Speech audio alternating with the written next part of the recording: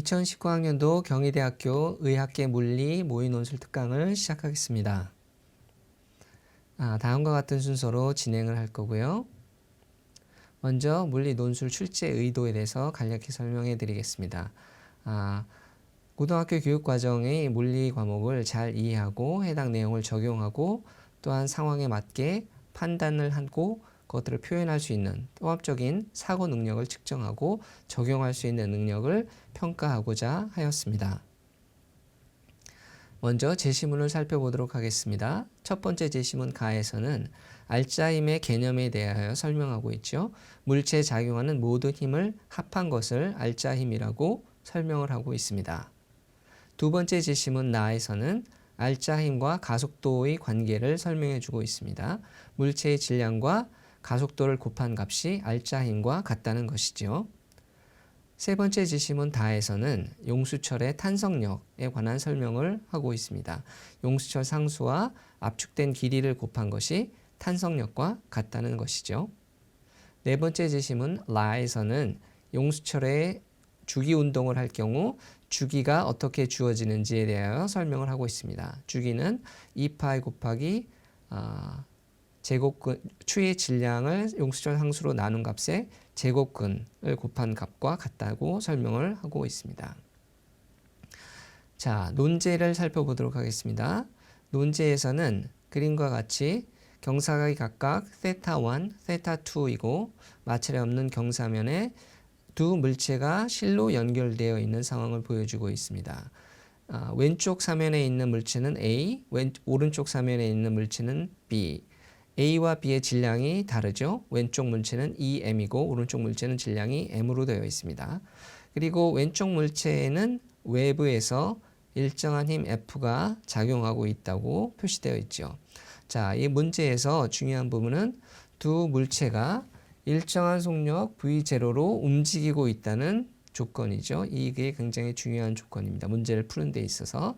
그리고 물체에 가해지는 F는 물체 B가 용수철에 닿기 직전까지만 작용한다고 설명을 해주고 있습니다. 중력 가속도는 G로 표시한다고 나타나 있죠.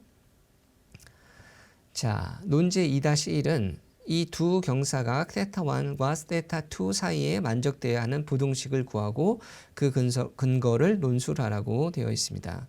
자, 그림 1에서 일정한 속력으로 움직인다는 두 물체가 각각 일정한 속력 V0로 움직인다는 조건을 활용해야 되는데 그 말은 알짜힘, 각각의 물체에 작용하는 알짜힘이 0이 된다는 조건을 알아내야 한다는 뜻이죠.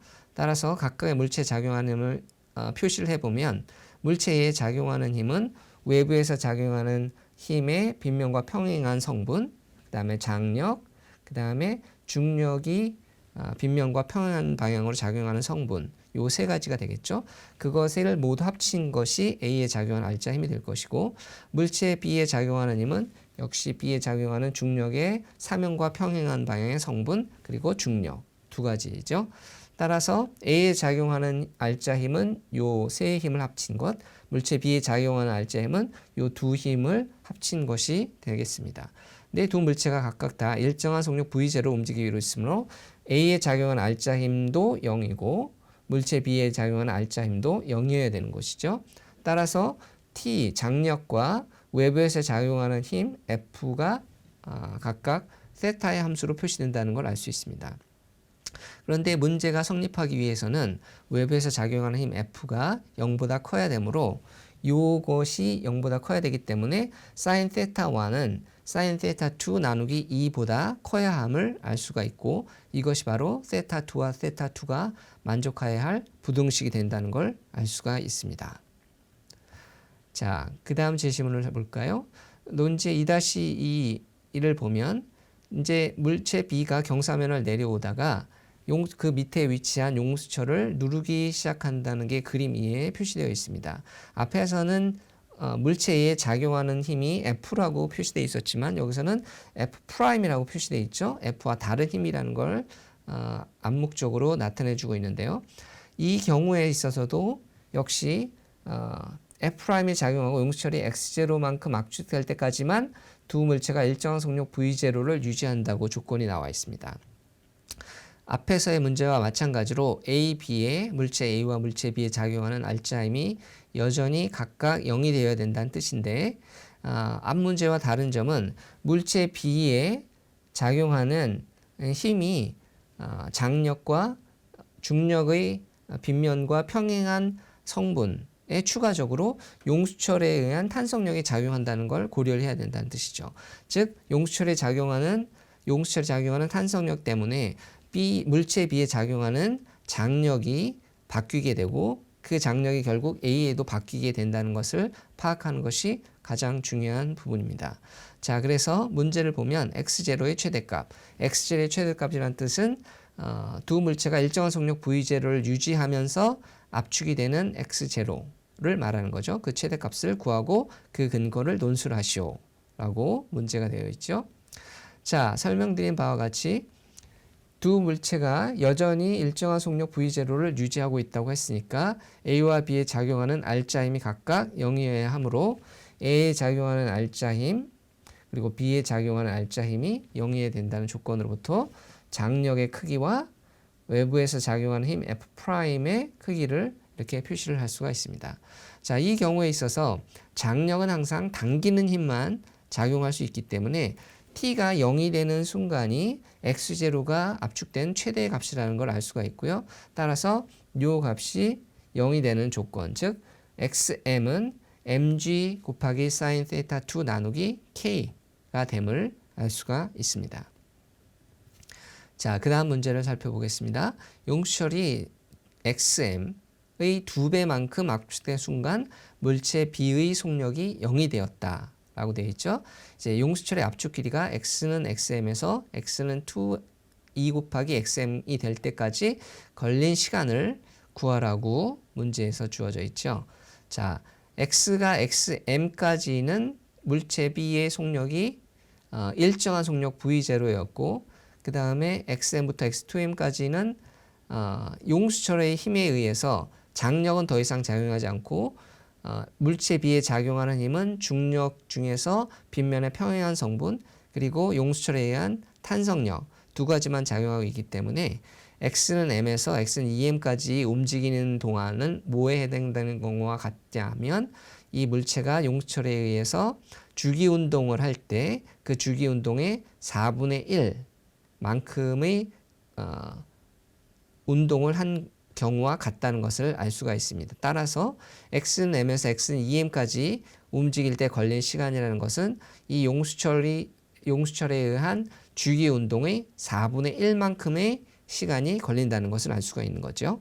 따라서 이 경우에 용수철 상수와 물체 B의 질량이 주어져 있기 때문에 x가 xm에서 2m까지 움직일 때 걸린 시간은 원래의 주기의 4분의 1을 곱한 값과 같기 때문에 답은 파이 나누기 2에 그 다음에 m 나누기 k의 제곱근을 곱한 것과 같은 시간이 걸린다는 것을 알 수가 있습니다. 자, 마지막 문제를 살펴볼까요? 가로 2번 문제에서 물체 B의 속력이 0이 된 순간 물체 A의 속력은 V0 플러스 델타 V가 되었다. 델타 V를 구하고 그 근거를 논술하라는 것이 마지막 문제인데요. 용수철에 닿아서 물체 B가 용수철에 닿아서 xm까지 움직일 때까지는 A도 일정한 속력 V0로 움직이고 있었고 그 이후에 물체 B가 이 EM까지 갈 때 이제 속력이 0이 되는 거고요. 그때 물체 A의 속력을 V0 플러스 델타 V라고 표시를 했는데 델타 V가 얼마가 될지를 물어보는 것이었죠. 그런데 이 문제를 잘 살펴보면 물체 B가 XM에 도달하는 순간부터 물체 B에는 장력이 작용하지 않는다고 했고 물체 A와 B는 줄에 의하여 연결되어 있기 때문에 물체 A에도 여전히 장력이 작용하지 않는다는 걸 알 수가 있습니다.